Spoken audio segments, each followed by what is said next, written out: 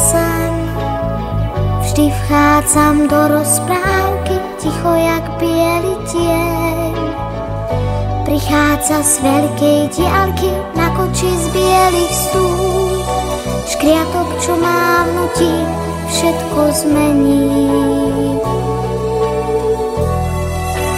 Keď ku mne príde sen, vždy pritúlim sa k bábe, ležím a zrazu len sklznem jak po hodvábe na cestu z krásnych dúch, na ktorej stojí hrad z bielých siení.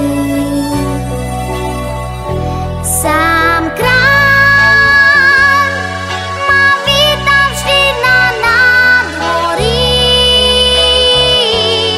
sám hradnú bránu otvorí a v tom 1000 sviec sa rozhorí.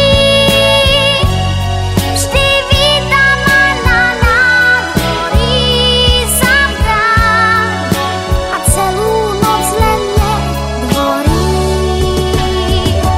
Až kým tých 1000 sviec dohorí. No čo noc býva v tom hrade bál a ja som vždy prvou dámou a mojím kráľom býva len kráľ, kým tých 1000 sviec horí na nádvorí.